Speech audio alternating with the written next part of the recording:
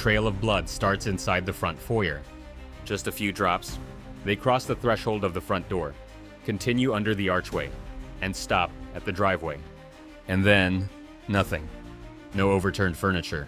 No signs of a struggle. No chaos inside the house. It is almost as if an 84-year-old woman simply woke up in the middle of the night, walked out the front door, and vanished. But that explanation collapses the moment you look closer, because those drops of blood should not be there.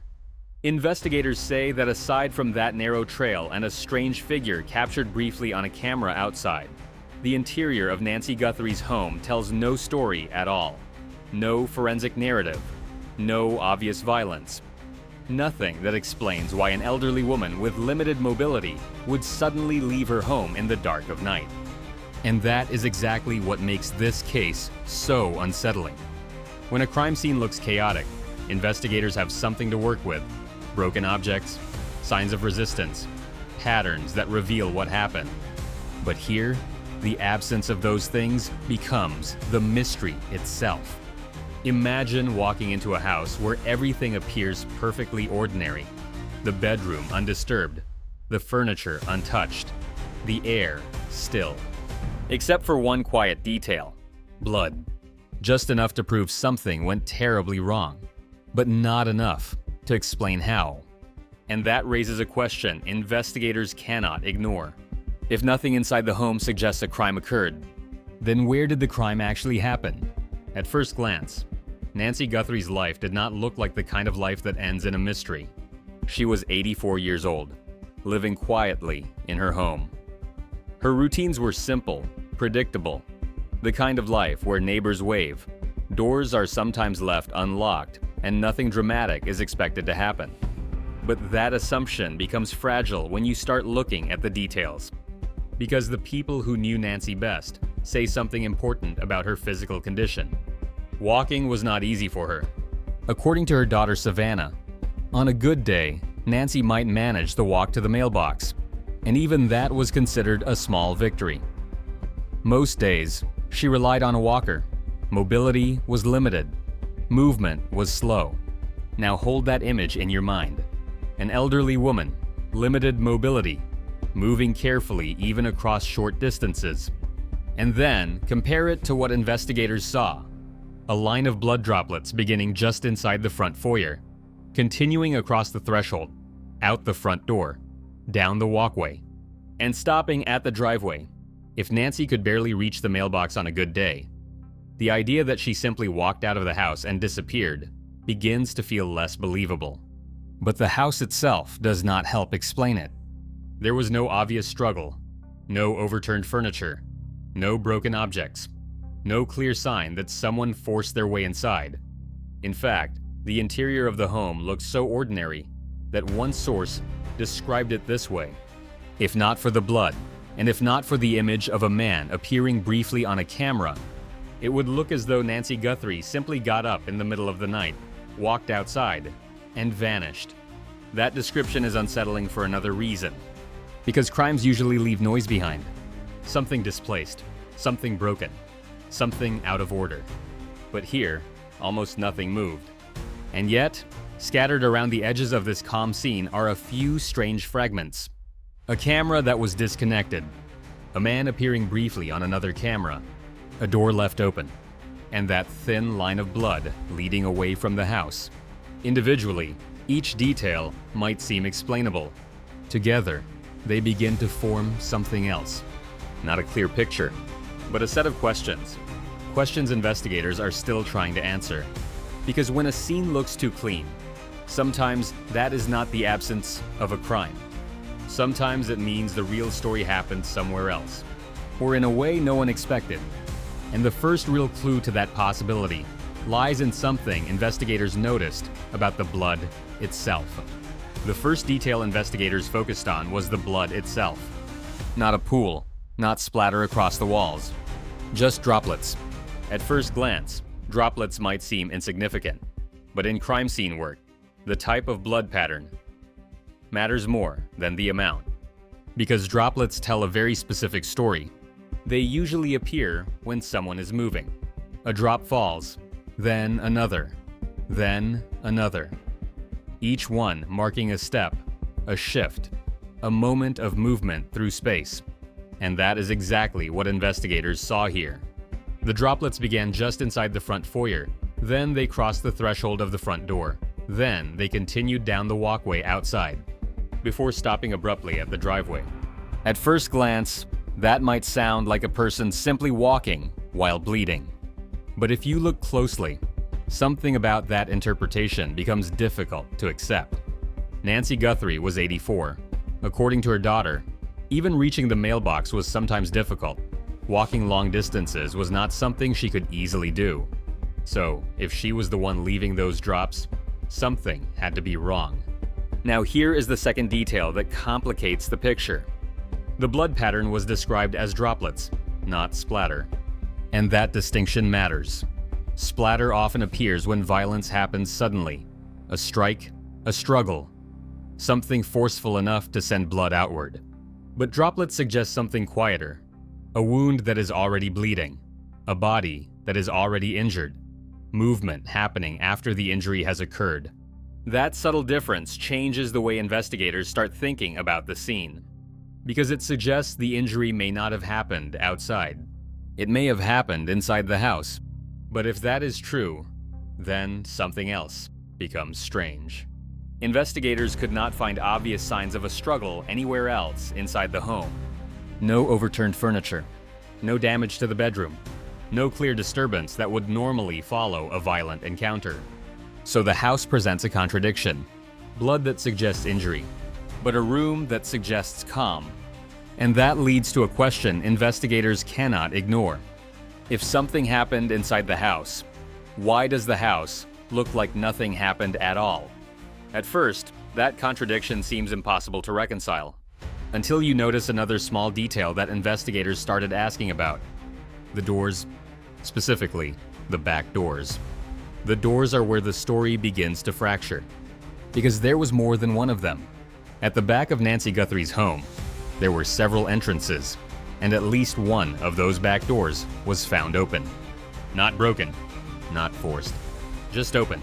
At first, that might not sound alarming, but investigators quickly learned something about Nancy that made that detail harder to dismiss. Her children told police that she sometimes left those back doors unlocked. It was simply part of her routine.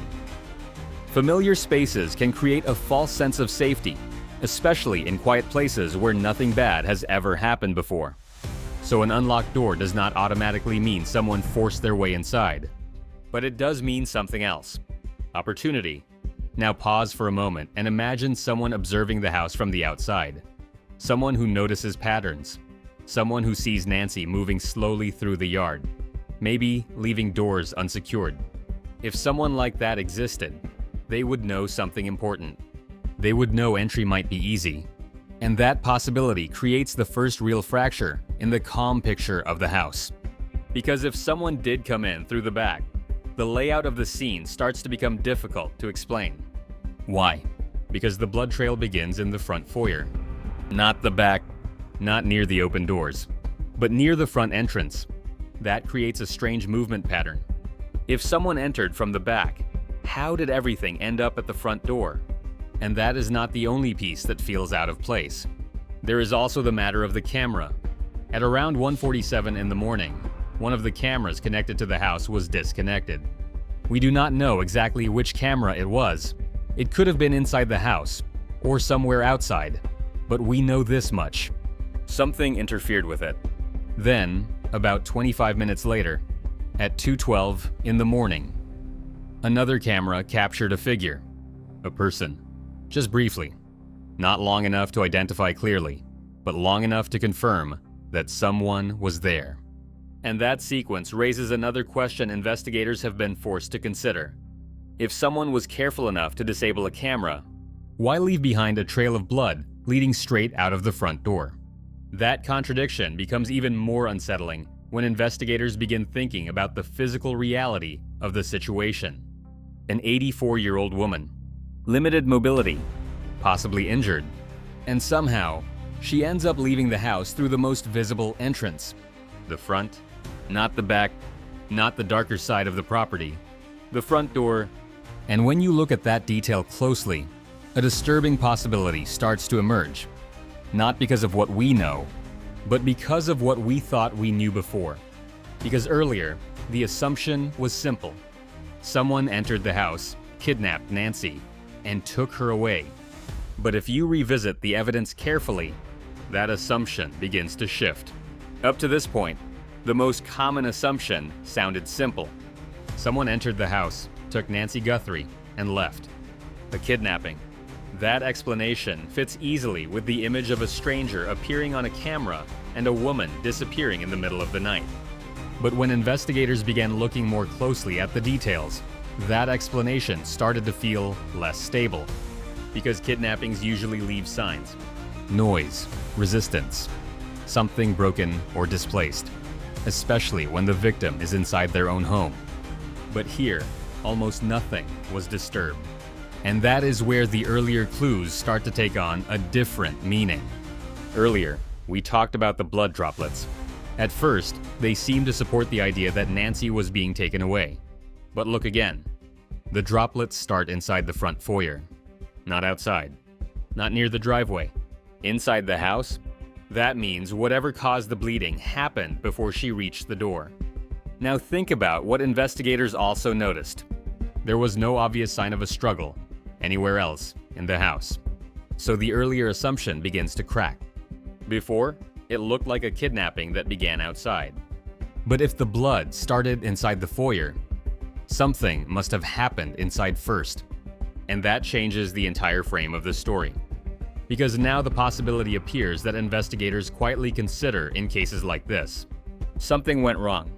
Not a carefully planned abduction, but an event inside the house that turned into something else. An encounter that spiraled out of control. Imagine someone entering the home, possibly expecting something simple. Maybe theft. Maybe an opportunistic crime. But instead of an empty house, they encounter Nancy, an elderly woman who suddenly becomes part of the situation. And then something happens. Maybe a blow. Maybe a fall. Maybe something that injures her head.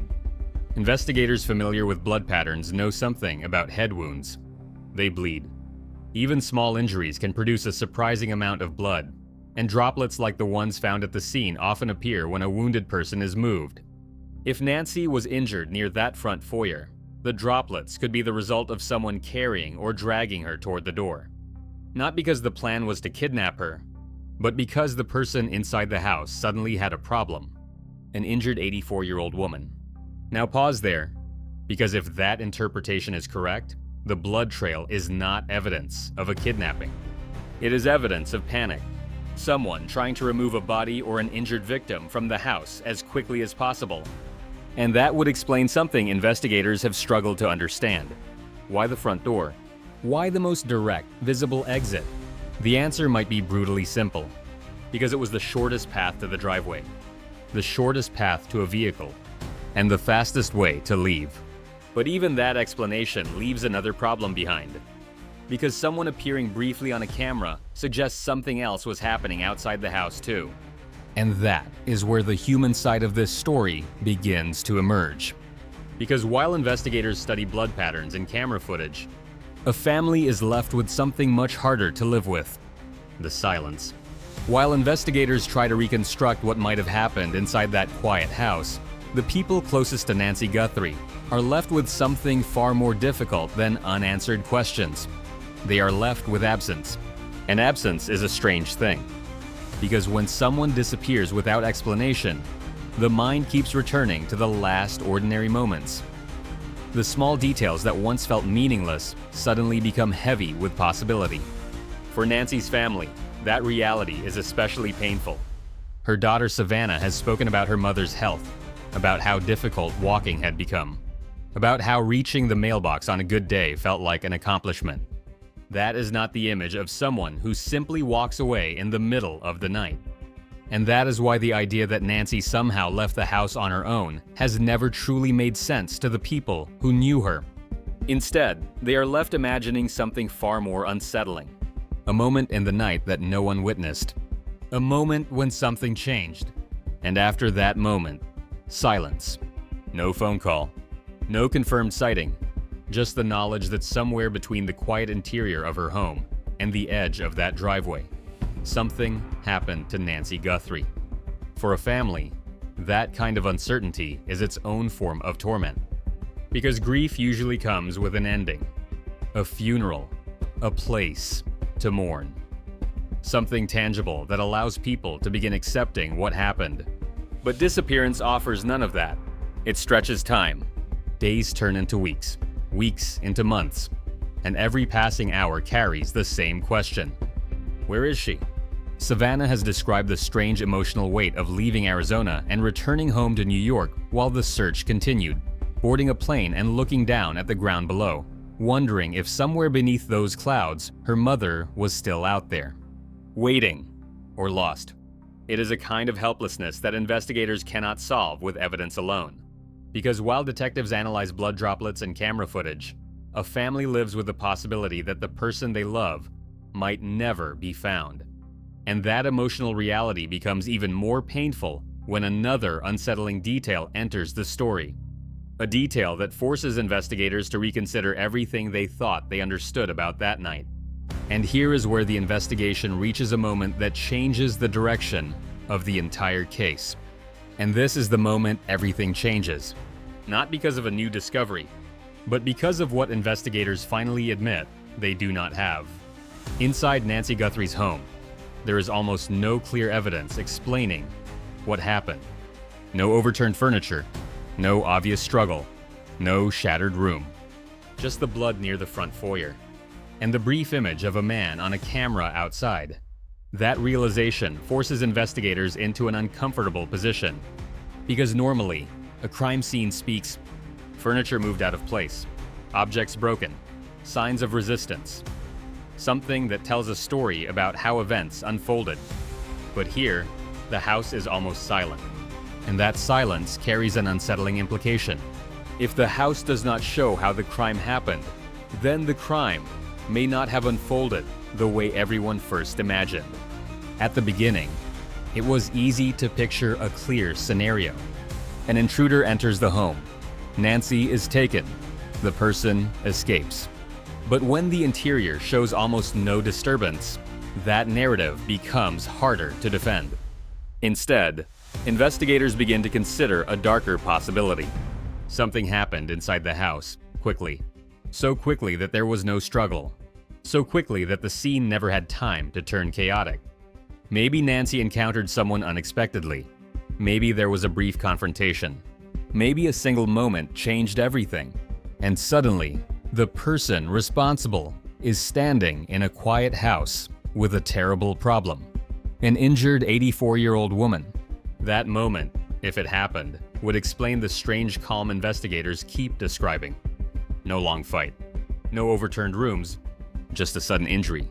Followed by movement toward the door. The droplets of blood marking that path. Inside the foyer. Across the threshold. Down the walkway. And then the driveway, where the trail ends.